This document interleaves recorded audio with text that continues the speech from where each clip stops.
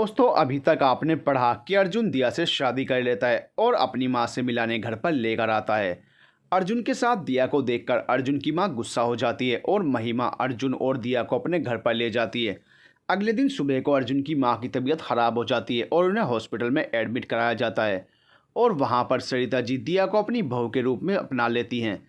उधर हैदराबाद में अर्जुन की गैर मौजूदगी में उसके खिलाफ एक षड्यंत्र रचा जाता है और उसे सस्पेंड कर दिया जाता है। अब आगे। ए महिमा, मैं यहीं हूँ, सरिता जी बोली। तो क्या करूँ, यहीं हो तो?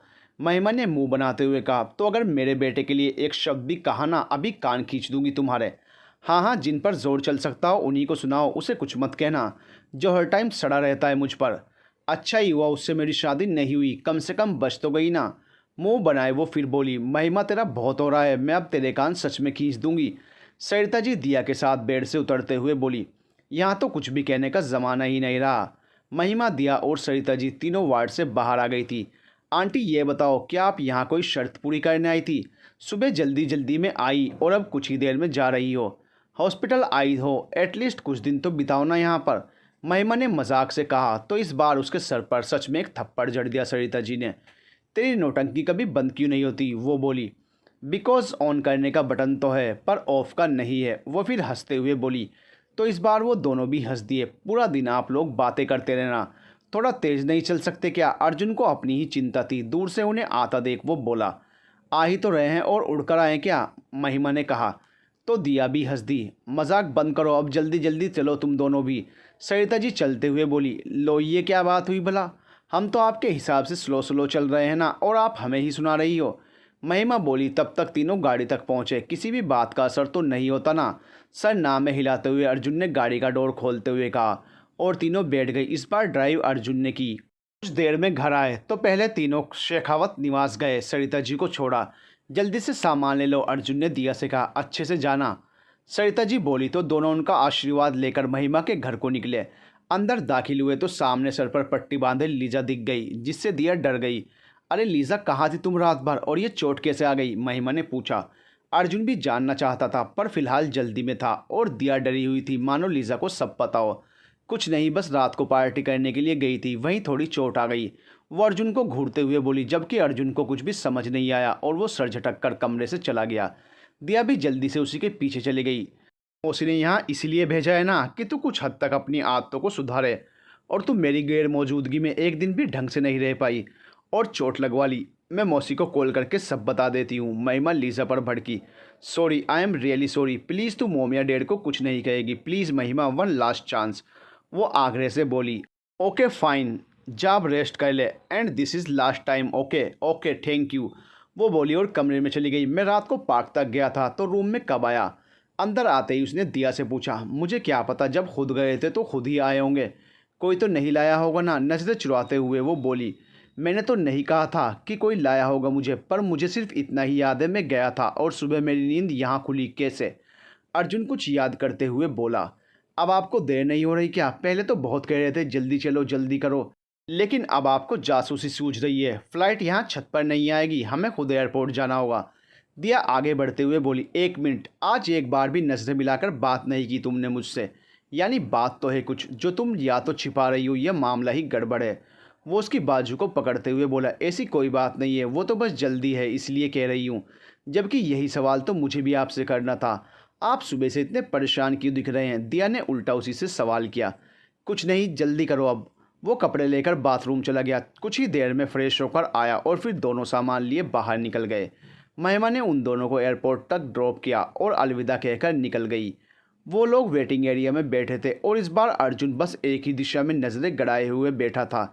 दिया की नज़र भी उस पर ही थी, जबकि अर्जुन एक टक बस एक ही जगह घूर रहा था। कुछ तो बात है ज़रूर, वो मन ही मन बोली। उसके कुछ भी पूछने से पहले ही फ़्लाइट की अनाउंसमेंट हो गई तो वो दोनों उठकर आगे बढ़ गए। फ़्लाइट कुछ ही देर में उड़ान भरने वाली थी। दिया बाहर की ओर देखकर खुद से बोली, कल से आज तक कितना कुछ बदल गया, एक ही दिन में ज़िंदगी में इतने बड़े बदलाव हो गए हैं कि अब पीछे मुड़कर देखने का सवाल ही नहीं। अर्जुन जी से कल रात के बारे में बता दूं या नहीं? वो खुद में उलझी हुई थी। नहीं, अभी ठीक टाइम नहीं है इन सब के लिए, मौका देखकर बता दूंगी। ये चले, अब शाम हो गई थी। फ्लाइट कुछ ही देर में हैदराबाद एयरपोर्ट पर लैंड हुई। वो दोनों अपना लगेज खींचते हुए आगे बढ़ रहे थे। एयरपोर्ट से अपनी गाड़ी लेकर अर्जुन ने घर का रुख किया। देर से एक बार भी अर्जुन ने कुछ नहीं बोला। वो जैसे जैसे घर के करीब बढ़ने लगे, कुछ भीड़ सी नजर आई उन्हें। घर के बाहर इतने लोग क्यों? दिया ने भीड़ को देखते हुए पूछा। गाड़ी रुकी तो वो लोग उसी ओर मुड़ गए। गाड़ी में बैठे उन दोनों को देखा। यही है वो करप्ट पुलिस ऑफिसर, इसी के घर से मिली थी ड्रग्स। भीड़ के बीच से कोई बोला और फिर एक एक कर पत्थरों की बरसात शुरू हो गई। गाड़ी का कांच भी टूट गया था। पुलिस फोर्स लगी थी तो उन्होंने आगे बढ़कर दिया को सुरक्षित बाहर निकाला। अर्जुन ने खुद को संभाल ही लिया। देखो कैसे पुलिस ही पुलिस का साथ दे रही है। हम ये सब नहीं झेलेंगे। ऐसे लोगों को हम अपने शहर, समाज और लोगों को बिगाड़ने नहीं देंगे। उन लोगों ने बोलते हुए ही और पत्थर बरसा दिए। अर्जुन ने दिया को खुद के सीने में समेटा, जबकि कुछ पत्थर आकर उसकी पीठ पर लग गए थे और एक से माथे पर भी चोट आ गई थी। डीसीपी सावंत ने जैसे तैसे सबको शांत करवाकर टाला और भेज दिया। दिया और अर्जुन को पुलिस घर के अंदर ले आई। तुम ठीक हो? अर्जुन ने दिया से पूछा। ये सब क्या हो रहा है? इस तरह हम पर हमला होना क्या था ये सब? दिया ने उल्टा उससे सवाल कर दिया। हम बताते हैं आपको मिसेस शेखावत। अंदर आते हुए डीसीपी सावंत बोले और अर्जुन को एक नज़र देखा। कल आपके घर पर रेड हुई थी और भारी मात्रा में ड्रग्स के पैकेट मिले हैं, जिसकी वजह से जनता भड़की हुई है। हालांकि आप लोग घर पर नहीं थे इसीलिए, और एसीपी मेहरा डिपार्टमेंट में, इसलिए इन्हें फ़िलहाल सस्पेंड किया गया है और हर रोज़ इनसे पूछताछ की जाएगी। भाग तो आप वैसे भी कहीं नहीं सकते। बस यही प्रे करना कि आपके खिलाफ कोई ठोस सबूत ना मिल जाए, वरना। वो बोले और टीम के साथ चले गए। संजय ने बेचारगी भरी नज़रों से अर्जुन को देखा तो उसने बस पलकें झपका दी। ओह, तो ये वो बात थी जो आप मुझसे छिपा रहे थे और मुझे यहाँ आने से रोक रहे थे? दिया ने उससे पूछा। मुझे कुछ देर अकेला छोड़ दो, वो कमरे में जाते हुए बोला। फ़ाइन, अगर अकेले रहने से आपकी बेगुनाही साबित हो जाए तो शौक से रहिए अकेले। वो उसके आगे आकर बोली और हट गई ताकि वो आगे जा सके। अर्जुन बिना कुछ बोले ही आगे बढ़ गया। कमरे का दरवाज़ा भी बंद करने वाला था तो दिया अंदर घुसाई। यहाँ पर बैठिए चुपचाप, वो उसे एक तरफ बैठाते हुए बोली। तो अर्जुन उसे देख रहा था। ड्रॉर से फर्स्ट एड का बॉक्स लाई और उसके पास बैठ गई। मैं कर लूँगा, वो उठने ही वाला था तो दिया ने हाथ पकड़कर बैठा दिया। मैं मत करिए बकरी की तरह, जो कर रही हूँ करने दो। कॉटन पर लिक्विड लगाते हुए वो बोली और उसके माथे तक कॉटन बढ़ाया और चोट पर रख दिया। अर्जुन उसकी आंखों में खोकर रह गया था। वो बस चोट पर फोकस कर रही थी। उसके होंठों से निकलती फूंक जो उसके माथे को छू रही थी, ये बहुत अलग एहसास से भरी थी। शर्ट खोलिए, अर्जुन उसके शब्द सुनकर होश में लौटा। वो हैरान था। सही सुना, शर्ट खोलिए वरना मैं खोलती हूँ। वो अपने हाथ उसके बटन तक लेती हुई बोली। ये क्या कर रही हो? मैं शर्ट क्यों खोलूँ? वो उठ खड़ा हुआ। खोल रहे हो या फिर मैं ही खोलूँ? रुको एक मिनट। वो उसके आगे गई। अर्जुन की पलकें फड़फड़ा रही थी। आखिर ये इतनी बोल्ड कब हुई? अच्छा, मुझे शर्टलेस देखने का मन है। वो बटन पर अपनी उंगली रखते हुए बोला। हाँ है ना, क्यों आपको डर तो नहीं लग रहा कहीं? वो उसके कान के पास आकर धीरे से बोली और सामने होते हुए आईब्रो उचका दी।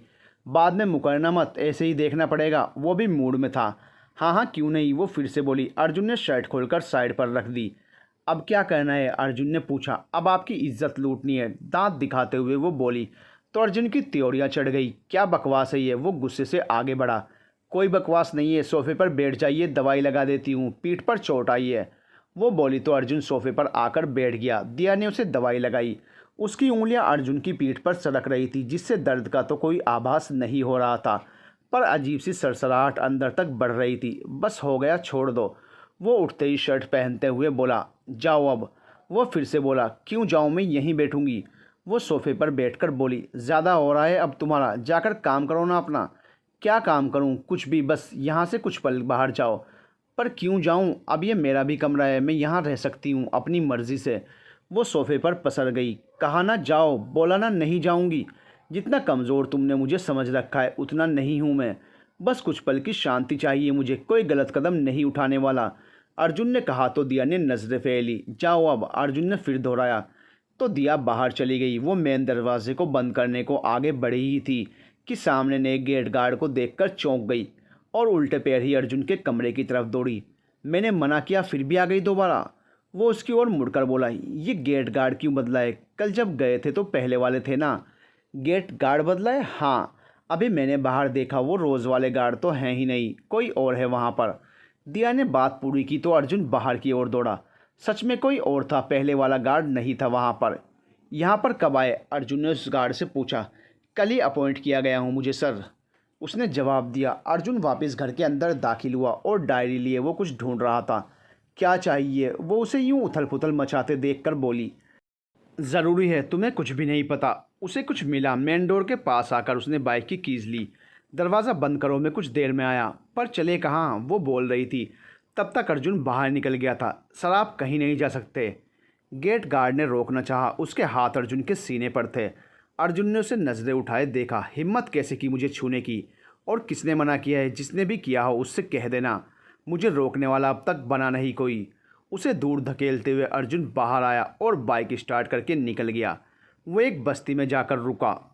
एड्रेस उसी के पास था। एक एक कर उसने कहीं कहीं से एड्रेस पता किया और एक घर के बाहर आकर रुका। उसने दरवाज़ा खटखटाया तो सामने ताला लटका दिखा। उसने अब साथ के घर का दरवाज़ा नॉक किया।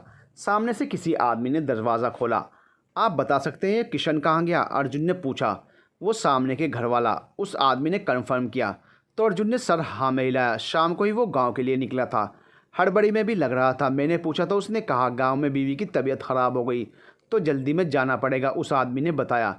आज रात कब जाना है उसे? ट्रेन है उसकी रात 2 बजे की। गांव का नाम गोधा है। स्टेशन पर ही होगा वो अभी, उस आदमी ने बताया। तो अर्जुन झट से वहाँ से रेलवे स्टेशन की ओर चला गया। अंदर दाखिल हुआ तो भीड़ बहुत ज़्यादा थी। हर तरफ अलग अलग आने जाने वाली ट्रेन की अनाउंसमेंट हो रही थी। हर तरफ इतनी भीड़ भाड़ और शोर था, अर्जुन को कुछ भी समझ नहीं आ रहा था। जाए तो जाए कहाँ, ढूंढे तो ढूंढे कहाँ। यूं ही प्लेटफॉर्म पर चक्कर काटते हुए उसे रात का 1 बज चुका था और जाने कितनी ही बार दिया के कॉल्स भी आ चुके थे। वो पसीने से तरबतर था। यात्रीगण कृपया ध्यान दें, अलीगढ़ जाने वाली रेलगाड़ी कुछ ही देर में आने वाली है। एक आवाज़ ने उसका ध्यान खींचा। ट्रेन कुछ देर में आ गई और जो लोग जाने वाले थे वो सब उसमें एक एक कर चढ़ने लगे। उसे कुछ सूझा और वो कंट्रोल रूम में जा पहुंचा। अरे आप ऐसे कैसे अंदर आ सकते हैं? एक आदमी उठते हुए बोला। एसीपी। अर्जुन ने अपना कार्ड दिखाया तो उन लोगों ने अंदर आने दिया। मुझे अलीगढ़ जाने वाली ट्रेन की फुटेज देखनी है, पूरे प्लेटफॉर्म की। उसने ऑर्डर दिया तो उस ऑफिसर ने उस प्लेटफॉर्म की फुटेज दिखा दी। लोग चढ़ रहे थे एक एक कर। उसकी नज़र जहाँ एक जगह रुकी तो वो थैंक यू कहकर बाहर को दौड़ा। किशन, अर्जुन ने बोला, पर वो दौड़कर अंदर जाने को हुआ। उससे पहले ही अर्जुन ने उसे कॉलर से पकड़कर बाहर खींचा। मैंने कुछ नहीं किया सर, सच में मैंने कुछ भी नहीं किया। वो डर से कांप रहा था। मैंने कब कहा कि तुमने कुछ किया है? बताओ, नौकरी क्यों छोड़ी वहाँ से? किशन अर्जुन का इशारा समझ गया था। वो उसे लिए प्लेटफॉर्म एरिया से बाहर आ गया। सर, मेरी बीवी की तबीयत ख़राब हो गई है, मुझे घर जाना है जल्दी।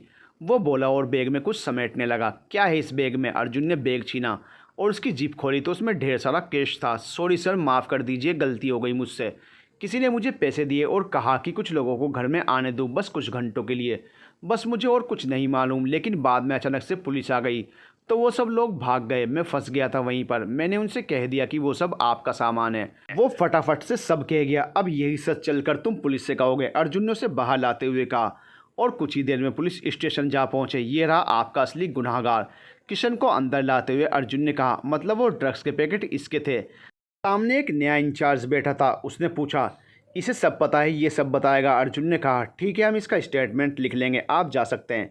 इंस्पेक्टर राव ने कहा। बिल्कुल नहीं, इसका स्टेटमेंट मेरे सामने लिखो। टेबल पर हाथ पटकते हुए अर्जुन चिल्लाया। एक्सक्यूज़ मी, ये मत भूलो कि अभी तुम सस्पेंडेड हो, राव ने कहा। ओनली सस्पेंडेड, निकाला नहीं गया। जल्दी से इसकी स्टेटमेंट लो। अर्जुन ने कहा। डीसीपी सर जा चुके हैं, सुबह आएंगे तो इसकी स्टेटमेंट दर्ज की जाएगी। राव बोला। तो बुलाओ, वो भी जल्द से जल्द, हम ऐसा नहीं कर सकते। नो इशू, कोई बात नहीं, सुबह लिख लेना, बेफिक्री से वो बोला और पुलिस के हवाले किशन को करके बाहर निकल गया। ये इतने आराम से कैसे बोला? अर्जुन की बेफिक्री पर राव को डाउट हुआ। ले जाओ इसे अंदर, बंद करो, हवलदार को इंस्पेक्टर राव ने कहा। तो वो किशन को ले गए। अर्जुन घर आ गया तो सामने खड़े गार्ड के सर पर बैंडेज लगी थी। उसे ऐसे देखकर अर्जुन को अपनी गलती का एहसास हुआ। वो आगे बढ़कर उससे बोला। मुझे ऐसा नहीं करना चाहिए था, आई एम सॉरी। मैं उस वक्त बहुत जल्दी में था और मैंने तुम्हें धक्का दे दिया जबकि तुम बस अपनी ड्यूटी कर रहे थे। कोई बात नहीं सर, मैडम ने हमें सब बता दिया। आप जल्दी में थे और जो कुछ भी हुआ तो आप माफ़ी मत मांगिए, उसने कहा। अर्जुन सर हिलाए अंदर चला गया और खुद से बड़बड़ाने लगा।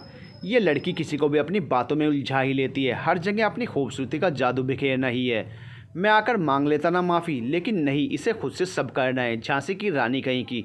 सर हिलाते हुए वो अंदर आया। लाइट्स बंद थी सब जगह। उसने आगे बढ़कर हॉल की लाइट्स ऑन की।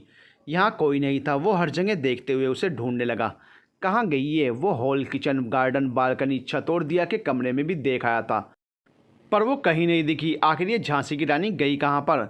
वो यहाँ वहाँ देखते हुए बोला। मैंने अपना कमरा तो देखा नहीं, पर वहाँ कैसे होगी? देखने में क्या हर्ज है। वो अपने कमरे की ओर बढ़ा और दरवाज़ा खोला तो बेड के नीचे ही बैठी हुई दिया नजर आ गई। शायद वो अर्जुन का इंतज़ार करते हुए ही सो गई थी। गर्दन टेढ़ी बेड पर थी। इसके सोने के स्टाइल भी निराले ही हैं। और पूरा घर छोड़कर ये मेरे रूम में कैसे? वो झुककर उसके पास बैठ गया और उसके चेहरे को देखने लगा। सोते हुए वो बहुत ही प्यारी सी लग रही थी, मानो कितनी मासूम हो, जिसे देखते हुए अर्जुन के चेहरे पर अचानक ही मुस्कुराहट आ गई। कुछ देर उसे देखते रहने के बाद अर्जुन ने दिया को गोद में उठा लिया और आराम से ठीक तरह से बेड पर सुला दिया। खुद भी सोफे पर बिस्तर सेट किया और शर्ट के बटन खोलते ही उसे दिया की बात याद आ गई। शर्ट उतारिए वरना मैं उतारती हूँ। क्यों? ये अर्जुन ने पूछा था तो वो बोली, आपकी इज्जत लूटनी है, जिस पर वो खुद ब खुद ही हंस दिया। अर्जुन, तेरी इज्जत तो तेरे ही घर में खतरे में है, खुद से कहकर वो सोफे पर लेट गया और फिर एक बार मुस्कुराया और आंखें बंद कर ली। अचानक उसके दिमाग में फिर वही ख्याल आया कि वो कल पार्क गया था तो सुबह घर कैसे पहुंचा, बीच का उसे याद क्यों नहीं। सुबह उठते ही सर भी भारी सा था, कहीं इसी ने रात में कुछ खिला पिला तो नहीं दिया था ना मुझे। और फिर बेतुकी सी बातें सोचते हुए उसने खुद सर हिलाया। क्या हो गया है मेरे दिमाग को? कुछ भी फालतू सा सोचने लगा हूँ मैं। वो कुछ देर सोचते हुए ही सो चुका था। अगली सुबह दिया की नींद खुली तो खुद के आसपास देखा। वो अर्जुन के कमरे में थी और उसी के बिस्तर पर। नज़र जब सामने सोफे पर गई तो अर्जुन सीधा लेटा था, हाथ बांधे। घर कब आए? वो खुद से बोली। मैं यहाँ कैसे आई? मुझे कुछ भी पता क्यों नहीं चला? वो बोली और झट से बिस्तर से उतरकर अर्जुन के पास चली गई। अर्जुन शायद करवट लेने वाला था। जगह तो बिल्कुल ना के बराबर थी। दिया ने सोचा वो हाथ आगे करके उसे गिरने से बचा लेगी। उसने सोफे के आगे हाथ कर दिए, पर बेचारी ये भूल गई कि उसकी ताकत से डबल है अर्जुन भी। अर्जुन उसकी बाजू पर गिर गया और दिया भी अर्जुन के साथ ही नीचे गिरी। पहले दिया चिल्लाई और फिर अर्जुन भी। हालांकि होश आते ही वो चुप हो गया, पर दिया नहीं हुई क्योंकि उसके बाजू फंसी हुई थी। चुप करो अब तो। अपने कंधे के पास से उसकी बाजू निकालकर वो बोला, मेरे हाथ। वो अपने हाथों को देखकर रोने लगी। कुछ नहीं हुआ इन्हें, ठीक है देखो। ज़रा सा पिंच करते हुए अर्जुन बोला तो वो हल्की सी चिल्लाई, हाँ मेरे हाथ ठीक हैं। वो शुक्रगुजार होकर बोली, पर ये बताओ क्या कर रही थी तुम यहाँ पर जो ये सब हुआ? अर्जुन ने पूछा। वो बिना जवाब दिए उठने को हुई तो अर्जुन ने फिर कलाई पकड़े उसे खींचा। उसका सर ज़मीन से टकरा था उससे पहले अर्जुन ने सिर के नीचे हाथ रख दिया था। कुछ नहीं हुआ है, आंखें खोलो और बताओ क्या कर रही थी यहाँ? वो मैं मत करना, सीधा जवाब चाहिए। आप करवट लेकर गिर न जाए इसलिए बाजू आगे कर दी मैंने, मुझे बचाने के लिए। उसने जानबूझकर कन्फर्म किया तो दिया ने हाँ में सर हिलाया। साइज़ देखा है अपना? अर्जुन अपने सिर के नीचे हाथ रखे बोला। मतलब क्या है आपका? यही कि अपना और मेरा साइज़ देख लेती बचाने से पहले एटलीस्ट। वो उठते हुए बोला। दिया भी साथ ही उठ खड़ी हुई और आगे आकर बोली, मतलब क्या है आपका? मैं कोई कमज़ोर नहीं हूँ जो आपको ना उठा सकूँ। आए बड़े पहलवान। रहने दो, इस बारे में कुछ नहीं कहना। खाम का नींद बिगड़ गई मेरी तो अगर नीचे मुंह के बल गिरते तब भी बिगड़ती ही। दिया बोली, ऐसी कोई चीज़ नहीं है। उसने तकिया बिस्तर पर फेंकते हुए कहा।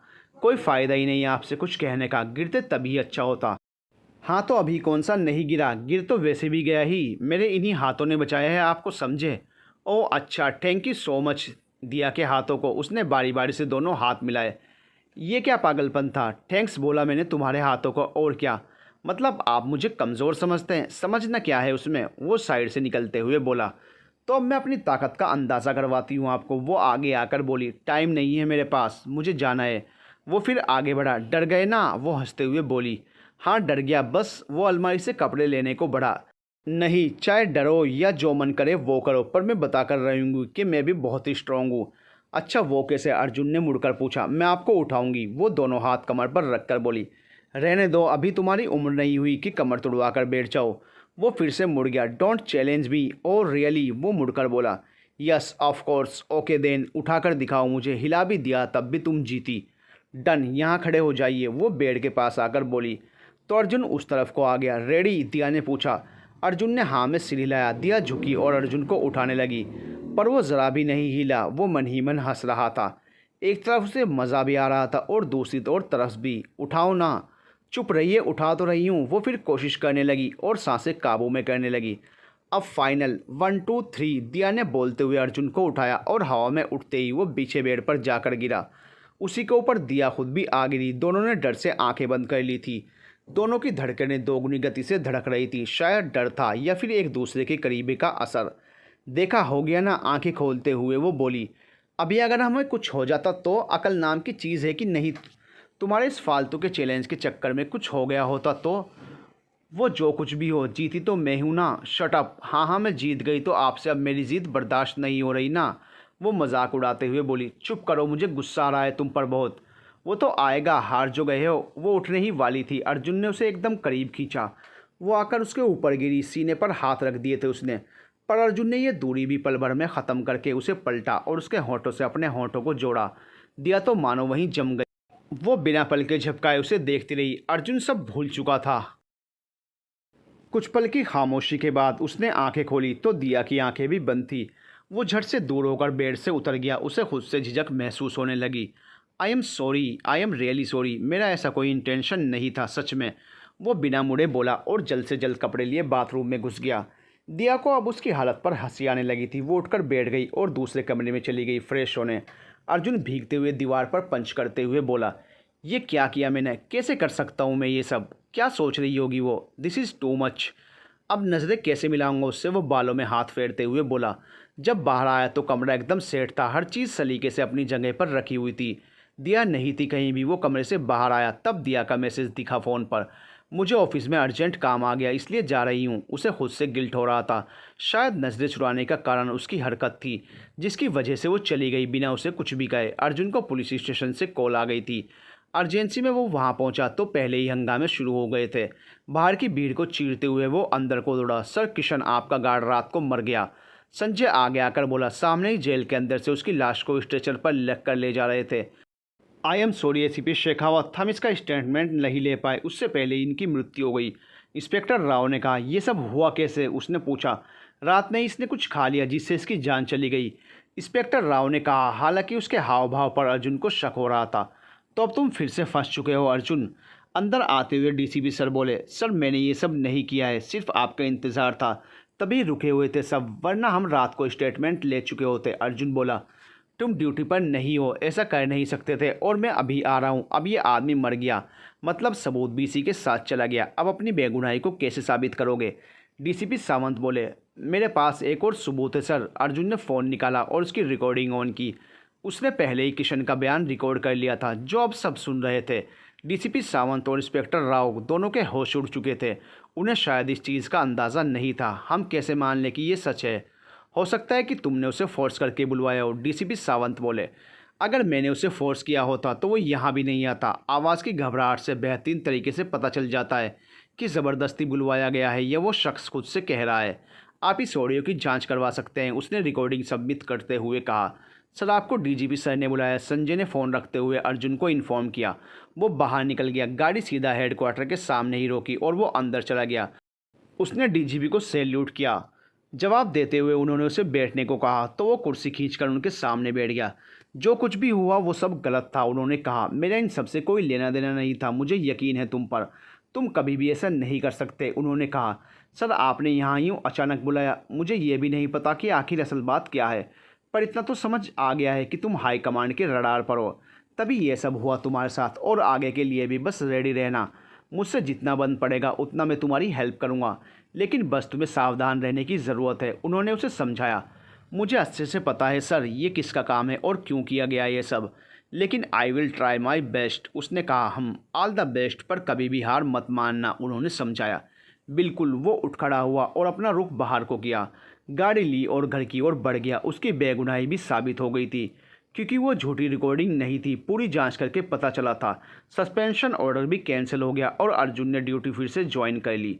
सिलसिला तभी से शुरू हो चुका था। उसे आए दिन तरह तरह की धमकियां मिलना शुरू हो गई थी।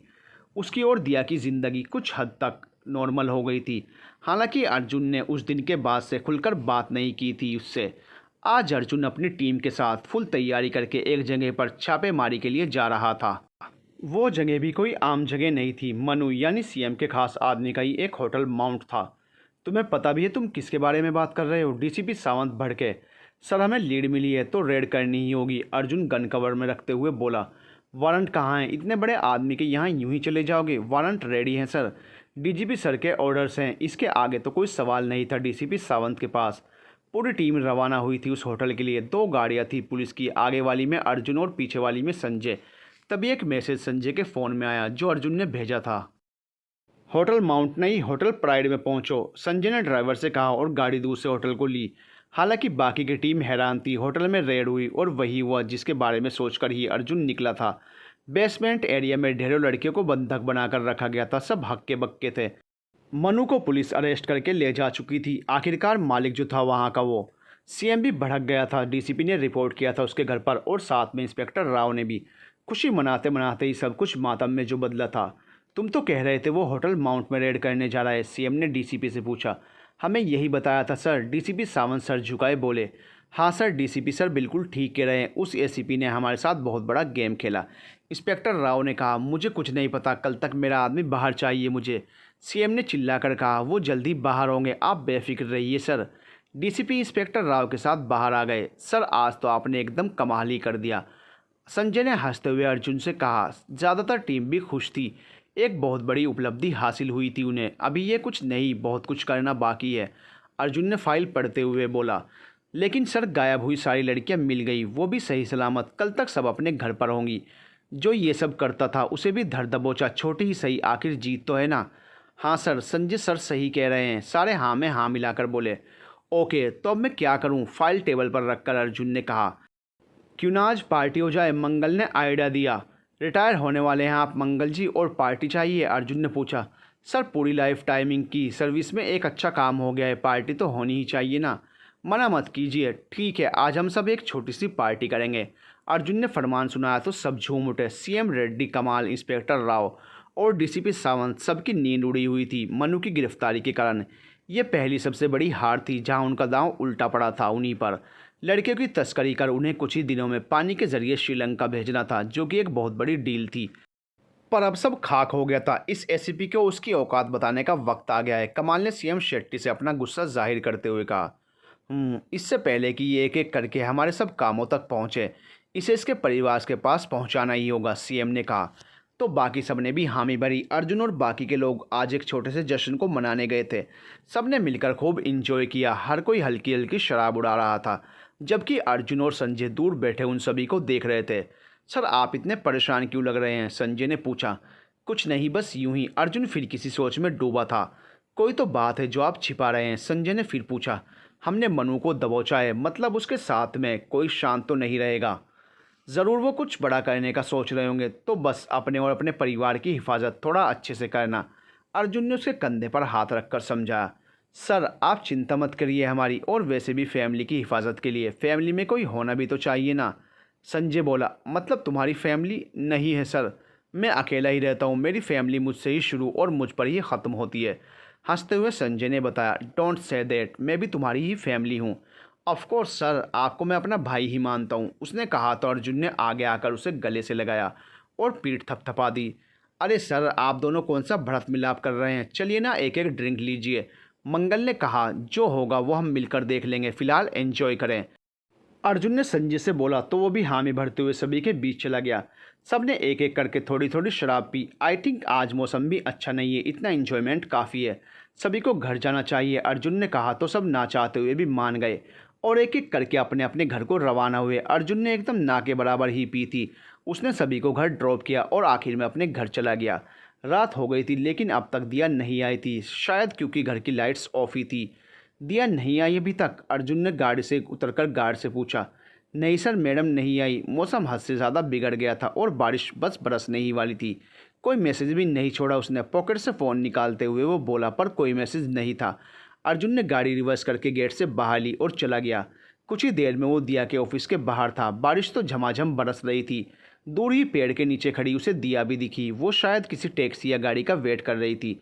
उसके ठीक सामने ही गाड़ी खड़ी थी, शायद कोई कलीग होगा जो लिफ्ट ऑफर कर रहा था। अर्जुन ने अपनी गाड़ी की स्पीड बढ़ाई और उस गाड़ी के सामने आकर रोकी।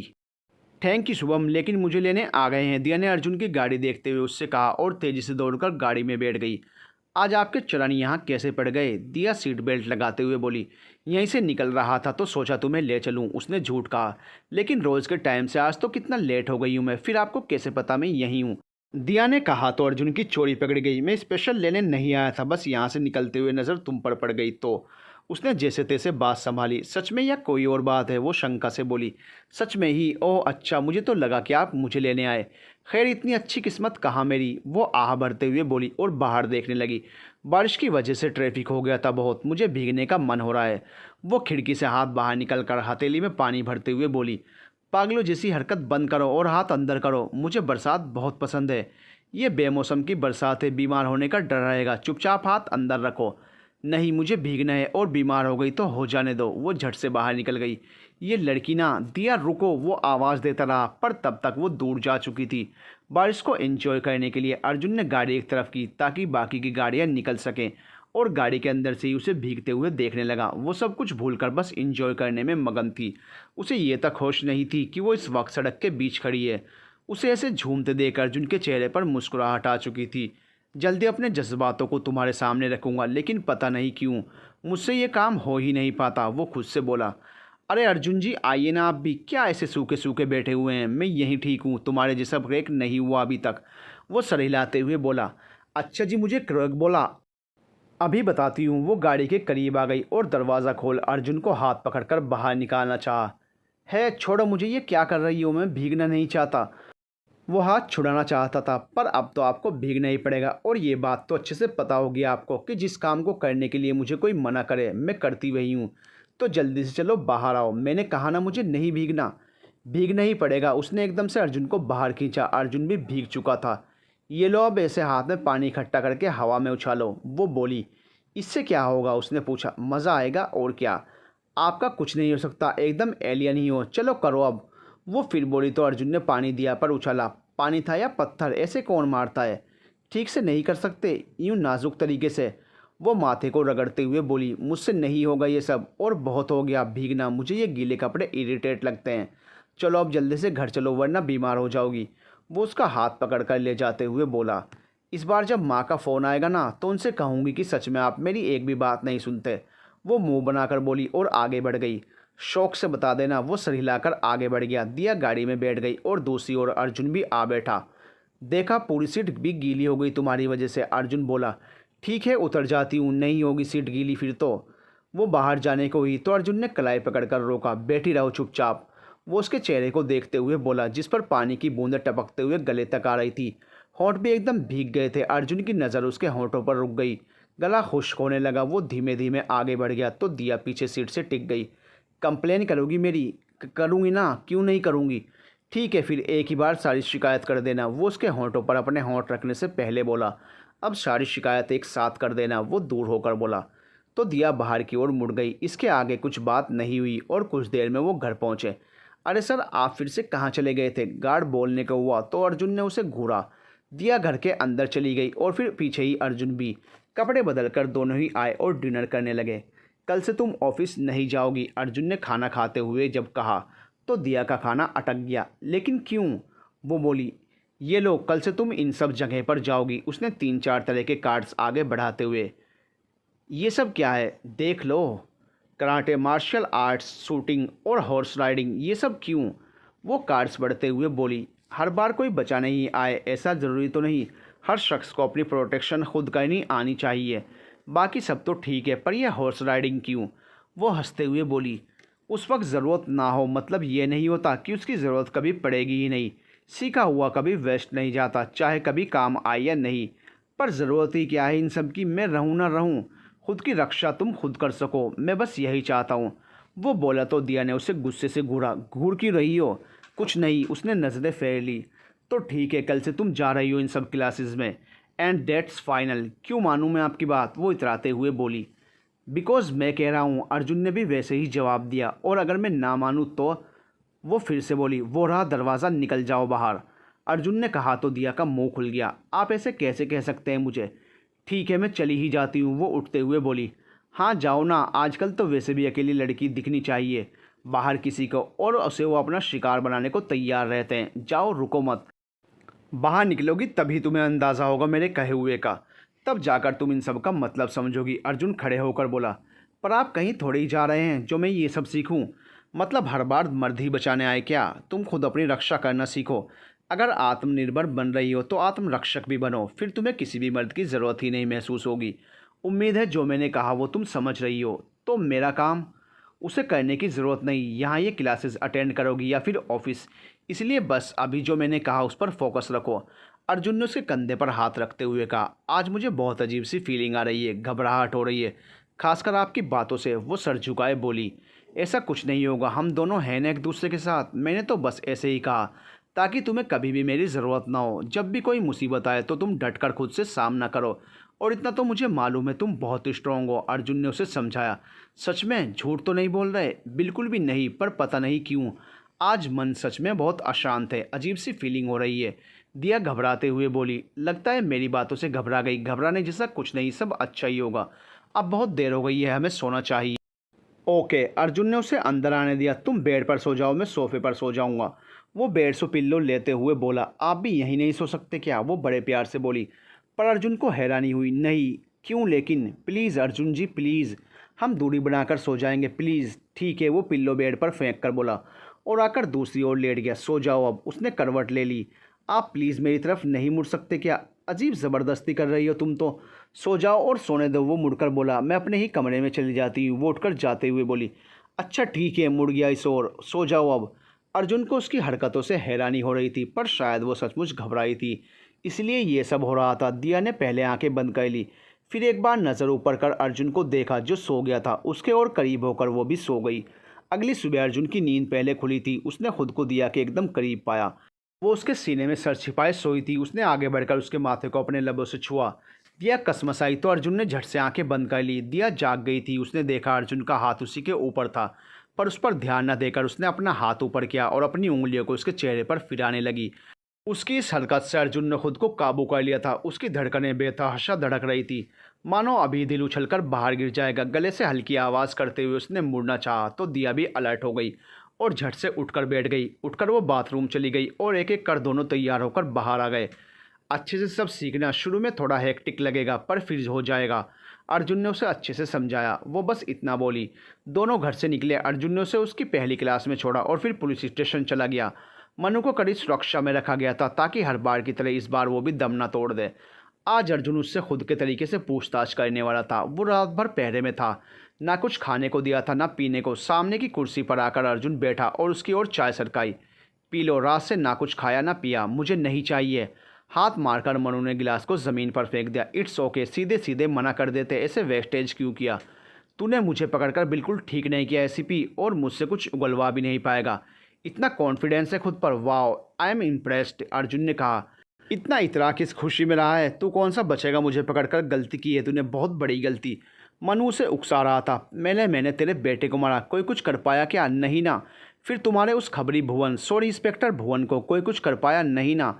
अब तू भी मर जाएगा, किसी को ज़रा फर्क नहीं पड़ेगा। 2 दिन का मातम और फिर सब शांत, कोई याद नहीं रखेगा। और वैसे भी याद रखने के लिए नेक काम करने की ज़रूरत पड़ती है, जो तुम लोगों ने तो किए नहीं हैं, अर्जुन ने उससे कहा।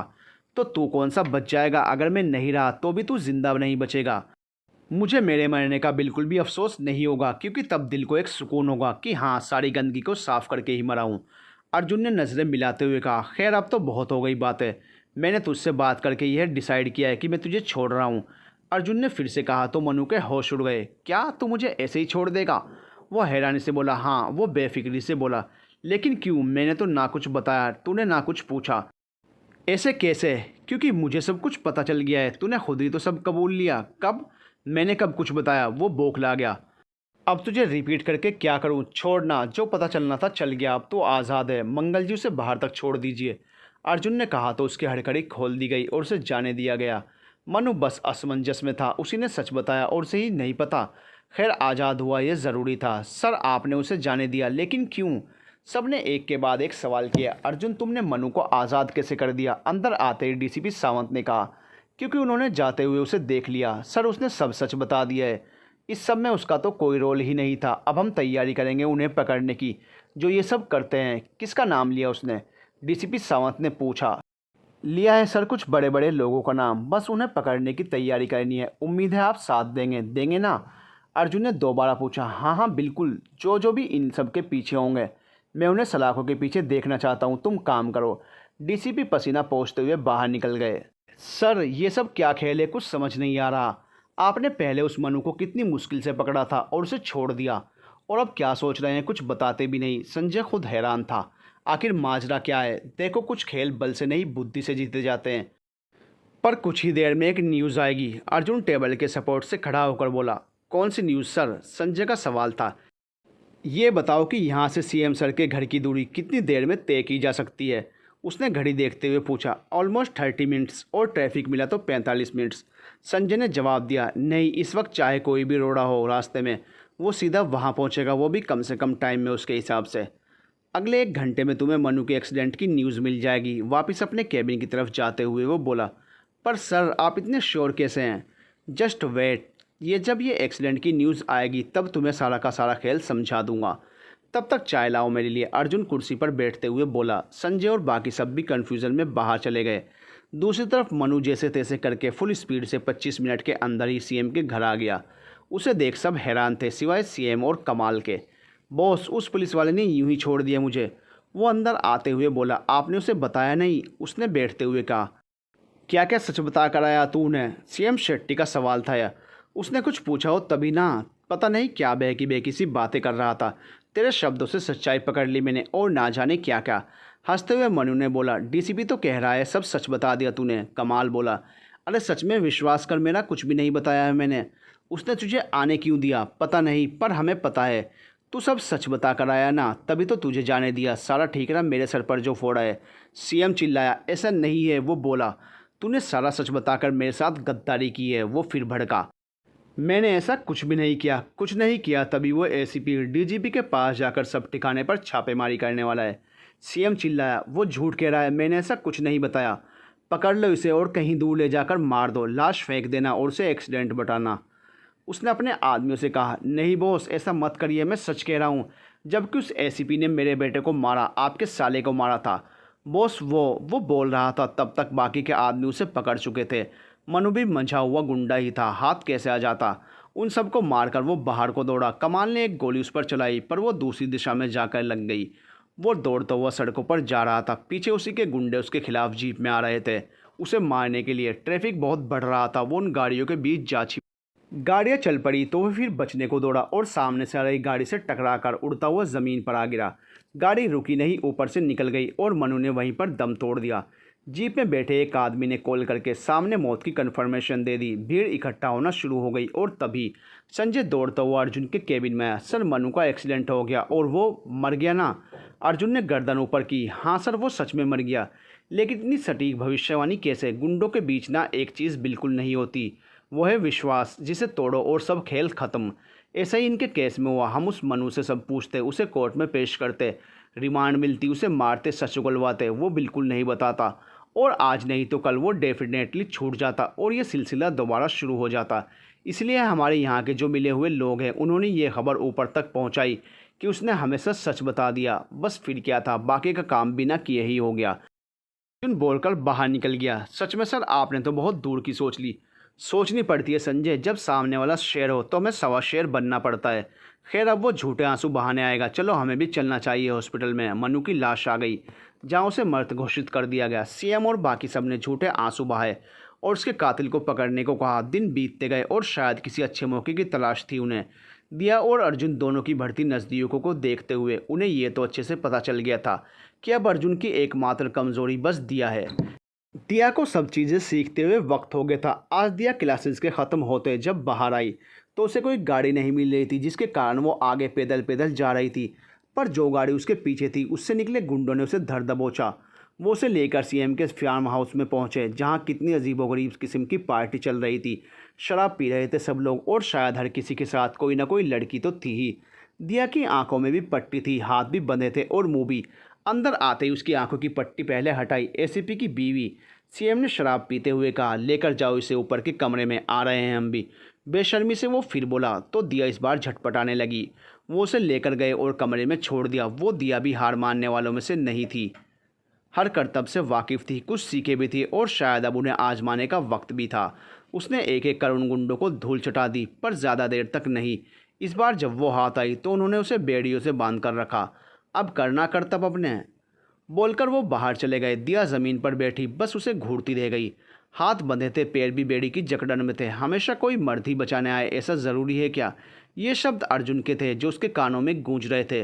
वो रो भी नहीं रही थी, पर आज उसे अर्जुन की बातों का असल मतलब समझ आ रहा था। वो वहीं बैठी कुछ गहरी सोच में डूबी थी, यहाँ वहाँ नज़रें घुमाते हुए कुछ खोजने लगी। दिमाग से काम ले दिया, उसकी अंतरात्मा ने उससे कहा। तभी दरवाज़ा खुला और सीएम शेट्टी लड़खड़ाते हुए अंदर आया, शराब के नशे में धुतता हुआ। दया कुछ पल को डर गई, पर यह एक ऐसा चेहरा था जिसे देखकर उसे डर से कई गुना ज़्यादा गुस्सा आता था। तो आज मज़ा आएगा। वो एकदम अंदर आकर दरवाज़ा बंद कर चुका था। दूर रहना समझे, वरना। दिया पीछे हटने की कोशिश कर रही थी, पर पैर वहीं अटके थे क्योंकि बेड़ियों से बंधे थे। हा हा हा, कहाँ जाओगी, तुम तो बंधी हुई हो। वो हंसते हुए बोला और उसके चेहरे के करीब आ गया। तुम्हें क्या लगता है तुम्हारे साथ ज़ोर ज़बरदस्ती करने आया हूँ? नहीं, बिल्कुल नहीं। तुम्हें तड़पा तड़पा कर मारने आया हूँ, ताकि तुम्हारी मौत को देखकर उस एसीपी की रूह भी कांप जाए। आखिर प्यार जो करता है तुमसे। खैर, तुम्हें मारने से पहले मैं तुम्हें बता दूं कि तुम्हें मारने कैसे वाला हूँ। हंसते हुए वो फिर बोला, इतना मौका तो मिलना चाहिए ना, मरने से पहले कैसे पता चलेगा भला? सोचा बता दूं। वो उसके चेहरे के करीब बढ़कर बोला, एक बार खोल कर देखो, फिर तुम्हें बताती हूँ कि कैसे मारने वाला है। उसकी नज़रों से नज़रें मिलाए वो बोली, वाह, ये हुई ना बात। अब लग रहा है कि तुम उसी एसीपी की बीवी हो। ये अंदाज तो होना ही था, वरना तुम्हें मारने का मज़ा भी नहीं आता। लेकिन एक खबर मैं तुम्हें दे दूं कि तुम्हारा वो पति आज बचाने तो नहीं आएगा, क्योंकि उसे मैंने कहीं और काम में फंसा रखा है। जब तक मैं चाहूँ वो वहीं रहेगा। हंसते हुए उसने कहा, खैर कोई आखिरी इच्छा हो तो बता दो, पूरी कर दूंगा। तुम्हारा पति तो नहीं कर पाएगा। दिया ने चेहरा फेर लिया था। बेड़िया खोल दो, वो बोली। तुमने ही पूछी ना आखिरी इच्छा, तो खोलो बेड़िया, या फिर डर गए कहीं लड़की हरा ना दे। वो बड़े आराम से बोली, ए लड़की, उकसा रही है? मैं तो बता रही हूँ, देखो खेल बराबर का होना चाहिए ना। खोलो मुझे और फिर जो करना हो करो। हंसते हुए वो बोली, ये भी ठीक है। सीएम दिया को हल्के में ले गया। बेड़ी खुलते ही उसके एक पंच से वो दूर जाकर गिरा और दीवार से टकराया। तेरी तो। वो उठकर आगे आ गया। उससे पहले ही दिया बाहर दौड़ी और दरवाजे को बंद कर दिया। इस फ्लोर पर कोई नहीं था, इससे नीचे वाले में सब थे। वो मौका देख कहीं छिप गई। सीएम ने चीखना चिल्लाना शुरू किया तो सब दौड़कर ऊपर आ गए और दरवाज़ा खोला। पकड़ो उस लड़की को, बचनी नहीं चाहिए जिंदा, उसने ऑर्डर दिया। तो सब तितर बितर फैल गए। बाहर गार्ड थे, वहाँ तो वो जा नहीं सकती थी, तो वो घर के अंदर थी, इतना पक्का था। उसने किसी को फ़ोन करके बुला लिया तो खामखा गड़बड़ हो जाएगी। जल्दी ढूंढो उसे। इस घर में बहुत से ड्रग्स से रिलेटेड और काले धन से रिलेटेड सामान था। अगर यहाँ छापा पड़ता तो सब फंसते। सीएम पसीने से लथपथ था। घर भी कोई छोटा नहीं था जहाँ उसे ढूंढा जा सके। बॉस आप निकलिए, हम देखते हैं, एक गुंडे ने उससे कहा। सोचने दो कुछ, सीएम बोला। वो लड़की बहुत चालाक है। एक काम करो, इस पूरे घर को जला दो, उसने ऑर्डर दिया।